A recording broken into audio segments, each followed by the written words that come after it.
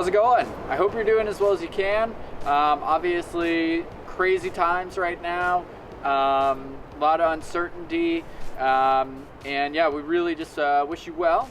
We had a lot of really fun things planned for the spring. A lot of riding to be doing with people. Unfortunately, a lot of that's going to be postponed until later in the summer, and then also going into the fall.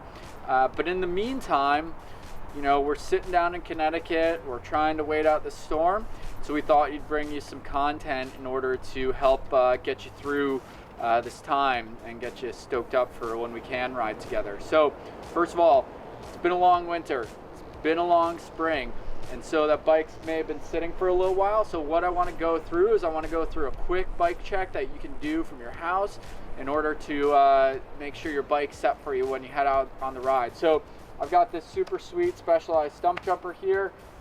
This one has not been sitting a whole ton, but we're gonna go through and we're gonna do the check anyways. So first of all, you know, basically what we wanna do is go head to toe, or front wheel to rear wheel, and check a lot of different parts. Make sure everything's inflated correctly, all the bolts are still tight. So let's start with tires. We're gonna start with front tire. Make sure there's plenty of air in there. This one feels like a firm orange. If you're running plus size tires, your air pressure is probably going to be in the high teens. If you're in that 2.3 to 2.5 range, you'll probably be in the low 20s. Anything smaller than that, you're going to be up closer to 30. Rear tire feels good. Rear tire should be firmer than the front tire. More weight goes over that rear tire there. All right, that feels good. Let's check these brakes. So it's rear brake, we're just gonna pull back on. It's locking up. That one works nice. Front brake, same, locking up. We know the brakes work. Next thing, one that I always like to do for my own personal confidence, just take the front wheel, clamp it between my legs, twist on the handlebars, they don't spin. I feel good going downhill now.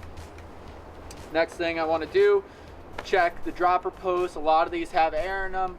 Over the winter, what can happen is that air volume can shrink down. So what we want to do is, one, put pressure on it without engaging the lever, make sure it's staying up. Then we want to put it in the down position, release the lever, make sure it's not coming up, and then make sure it goes up when you actually engage the lever. Let's go through. Just grab the wheels, push them side to side. If you hear any clunking, it could either be the hubs loose or your axles loose. So those feel good. All right, awesome. So that'll pretty much cover you. Last thing you want to do before you go out for a ride is that you want to go through, ride your bike around, just shift through your gears. Do this before you head out so that you're not running into shifting issues out on the trail there. So next segment, we're going to go through some suspension setup.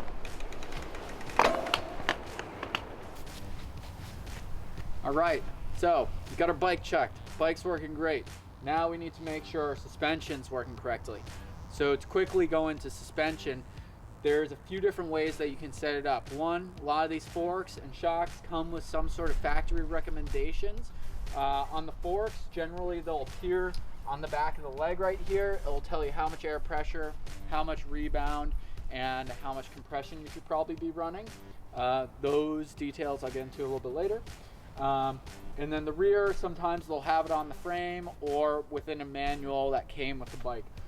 My personal favorite way of doing it, and the most accurate way of doing it, is by what's called sag. So sag is essentially kind of as it sounds. It's how much you sag into the bike, sink into the bike, just under normal riding conditions. So the way we can check this, I'm going to use my handy bike stand for this.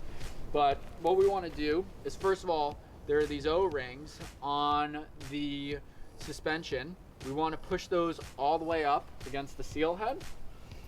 And on both the fork and the shock, this is called the fork, this is the shock. And then what we're going to do, we're going to get into a position like we're descending. And I have my bike stand here to stabilize myself, but if you've got a brother, sister, mom, dad, friend that's crashing with you during the quarantine, use them as well. So I'm going to get into a descending position. I'm not going to have my finger on the brake. I'm gonna go through, push down on the suspension like that. I almost just fell over there. And then what I want to do is push the O-rings against the seal heads there. All right, so I went through. So now, what we want to be looking for is we want to be looking for when this O-ring is sitting about 20% of that entire shock, 20 to 30%. Same here with the 4, 20 to 30%. Now, different manufacturers will recommend different things. Generally speaking, if you have more air and less sag, so closer to the 20%, the bike's going to feel a little bit snappier. If it's closer to 30%, you're going to feel like the bike is more plush and activates into its travel a little bit more. I run a little bit less in the front, around 20%, and then I'll run 25 to 30% in the rear, so it feels plush in the rear, and the front doesn't dive as much when you're getting into really rough terrain. So these are set up correctly. If they aren't set up, depending on if you need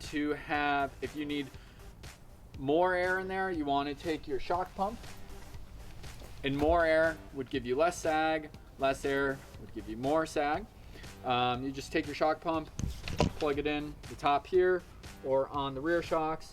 It's off to the side of the canister, and you make those adjustments until you reach that 20 to 30% sag mark. If you have those correctly, your bike should be pretty well set up for you. You also want to do this wearing any equipment that you're going to be going out riding with. So if you go out and you ride with 20-pound backpack, wear a 20-pound backpack. If you go, the way I look right here, I'm going to set my suspension up just like this. All right, now let's go for a ride.